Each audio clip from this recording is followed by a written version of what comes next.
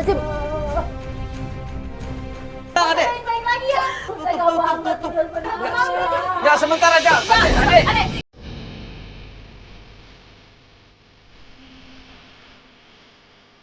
Tolong bantu.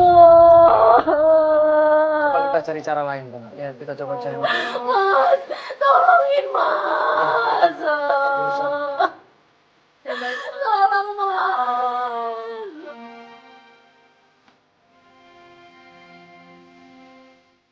Ya mungkin udah sakit hati, namanya seorang adik ngeliat kakaknya dibohongin, ngeliat kakaknya dikhianatin. Akhirnya sakit hati dia. Itulah yang terjadi sama kami. Dia menangis, dia berusaha memohon sama Cantika untuk dibukakan pintu untuk diketemukan sama Edo. Mbak Meli tolongin Mbak. Mas. Mbak. Cantika. Udah, Mbak. Cantika. Nanti kita coba cari cara yang lain, Mbak. Ayo, Mbak. Cantika. Tolong Iya, Mas. nanti kita coba cari cara yang lain ya. Mbak Meli tolong. Tapi Cantika nggak mau, dia nutup pintunya, ngusir kita semuanya. Bahkan dia manggil satpam di situ, Pak Satpam tolong datang, Pak Satpam tolong datang. Tolong usir orang-orang ini semuanya, termasuk kru Antv. Diusir kita semuanya. Edo. Cantika tolong. Ngapain sih lo masih di sini? Mas Edo tuh udah gue bilang ada di sini. Tolong aku Cantika. Sekarang mendingan lo pergi deh. Sekalipun lo ketemu sama Mas Edo tuh gak bakal mau sama lo. Sekarang pergi gak? Daripada gue teriak nih. Lo teriak ya? Mas Satpam. Iya, Mbak, iya.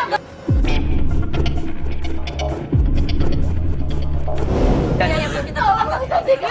Tolong. Aku mau jelasin sesuatu. Mas Edo. Tolong dong. Ini sudah Iya, mengganggu ketertiban di komplek ini. Iya, Pak. Pak, enggak gini nih. Ini tunangannya rumah. Iya, ini maksud tunangannya, Pak. Ini dia mau cari tunangannya. Edo, Pak. Tolong Mbak, ini sudah mengganggu komplek. Bapak, Jadi Mbak sama Mas, tolong pergi dari komplek ini. ganggu Cantika.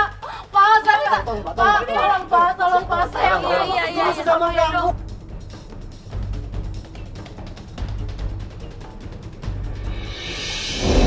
Jangan dapat apa-apa.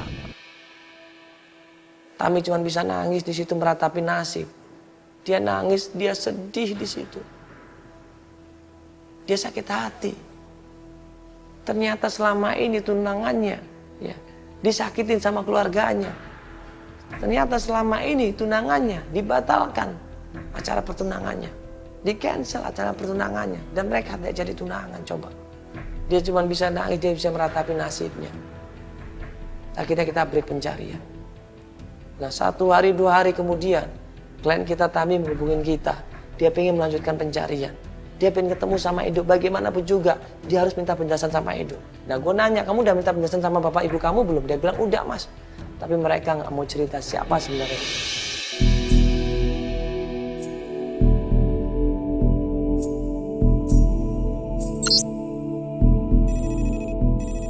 Jujur kita kemarin bingung ya. Masalah dikembalikannya penolakan untuk tunangan itu kan. Itu maksudnya apa sih Mbak? Mbak udah nanya sama orang tua Mbak enggak? Aku sampai sekarang masih belum tahu maksudnya ini apa. Aku nanya ke papa aku, ke mama aku, semua masih nggak ada jawaban yang benar-benar jelas buat aku. Aku masih bingung. Ada sesuatu yang ditutup-tutupin. Tapi orang tua saya nggak ada ngomong apa-apa. Saya nggak bisa hubungin siapa-siapa, Edo, mamanya, semua itu nggak bisa saya hubungin. Cantika yang biasanya dekat sama saya juga kayak gitu.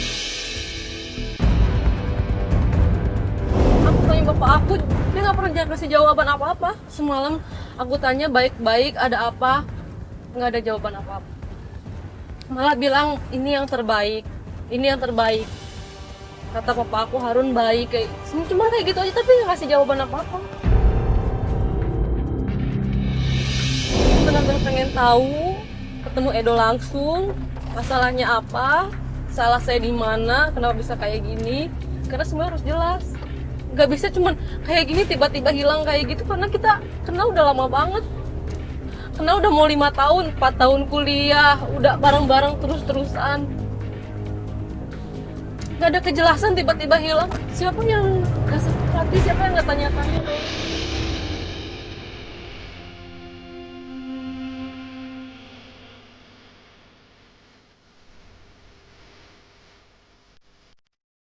Perjalanan menuju ke tempat rumahnya Edo. Kita terakhir datang ke sana ketemu Cantika yang ada diusir, kita ribut nggak dapat apa-apa. Akhirnya kita atur strategi, ya udah kita intai aja dulu rumahnya, kita tunggu. Kalau ada Edo keluar dari rumah itu ataupun Edo baru datang ke rumah itu, langsung kita sergap, langsung kita samperin, langsung kita tanyain. Ya sudah, kalau gitu kita menuju ke sana lagi, Mak ya. Nanti kita coba intai dulu. Bener nggak Edo ada di sana ya? Sampai di sana kita tunggu di mobil dulu. Karena kalau kita paksa kayak kemarin percuma, yang ada kita diusir lagi sama adiknya, sama keluarganya yang lain mungkin. Jadi kita nunggu dulu, mudah-mudahan ada Edonya di sana.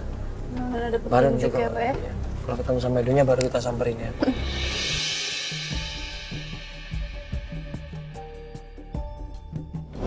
Kita udah sampai nih.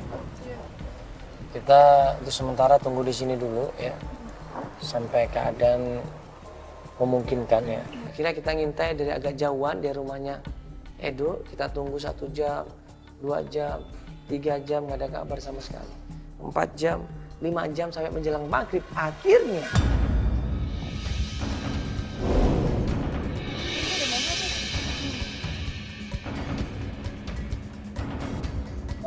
Dia pergi di depan rumah. Mana?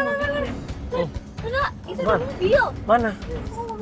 Ini yang biasa dipakai mamanya Edo nih. Iya bener itu mobilnya. Seorang laki-laki dengan ibunya di situ turun dari mobil dan kemudian menuju ke rumah itu. Dan Tami bilang, itu Edo mas, itu Edo tunangan saya. Itu Edo tuh. Itu Mas Edo Mas. Itu Edo. Itu beneran Edo. Langsung turun. Edo. Edo. Edo. Aku ngomong Edo. Ayo Edo. Ibu aku mau ngomong sesuatu sama Edo ibu. Ibu izinin aku ya buat ngomong sama Edo. Edo. Aku udah ngomong sama kamu.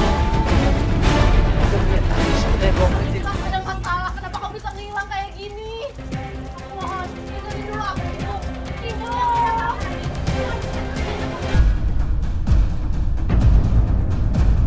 Kamu apa lagi? Ibu izinin aku selesai. ngomong sama Ada Edo, apa kamu? Bu. Ibu. Kamu nggak tahu masalahnya apa? Edo, aku mohon. Udah kamu kesini kasih dia waktu ibu untuk ngobrol sama ibu. Mbak nggak tahu masalahnya ya. Keluarga kita tuh sudah dibikin malu sama dia. Ya udah itu. Udah masuk. masalah itu Bu, aku nggak tahu. Ibu. Apa lagi? Ibu aku mau ngomong sama Edo Bu, izinin Bu. Aku mohon Ibu. Edo, masuk. Edo. Edo. Aku sayang banget sama kamu loh Edo.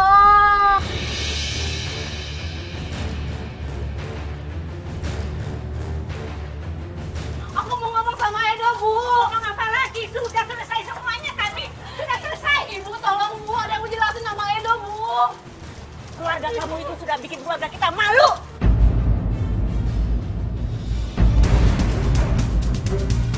Tami ini sudah dijodohkan sama lelaki lain yang namanya Harun. Pilihan kedua orang tuanya Tami. Kenapa? Karena Harun ini adalah anak rekan bisnis dari bapaknya Tami. Dan bapaknya Tami punya utang yang sangat besar sekali sama keluarganya Harun. Makanya Tami ini seperti seakan-akan dijodohkan padahal dijual sama orang lain untuk nutup-nutup hutangnya. Astagfirullah.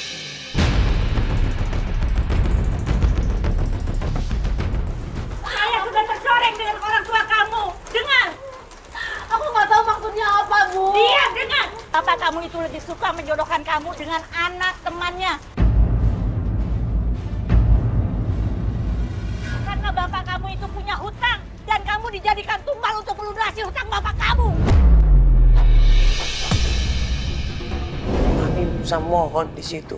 Teriak-teriak manggil nama Edo, Edo. Tami minta maaf sama Edo, minta maaf sama ibunya. Tapi ternyata semuanya sudah terlanjur. Kamu jelas sekarang. Sekarang juga kamu pergi. Ibu, aku nggak tahu masalah ini. Pergi.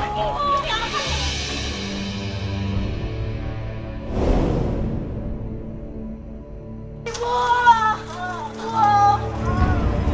Edo.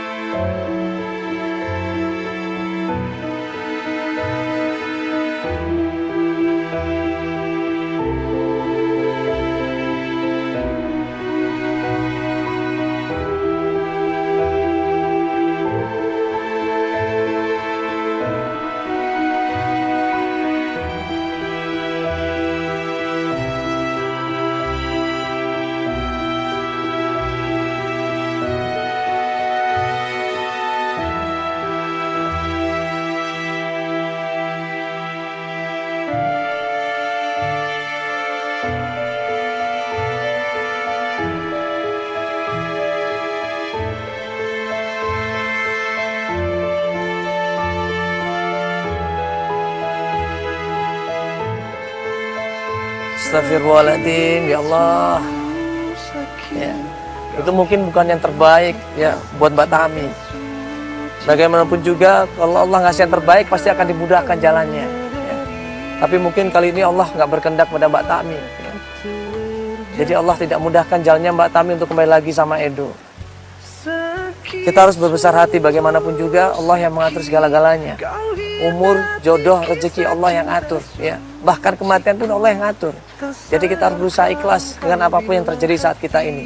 Ya. Apapun yang terjadi dengan kita saat ini, kita harus banyak bersyukur dan ikhlas. Insya Allah apa yang terjadi pada diri kita itu yang terbaik menurut Allah Subhanahu Wa Taala, bukan yang terbaik menurut kita. Kadang apa yang terbaik buat kita belum tentu yang terbaik menurut Allah. Yakinlah bahwa Allah yang berikan terbaik buat kita. Assalamualaikum warahmatullahi wabarakatuh.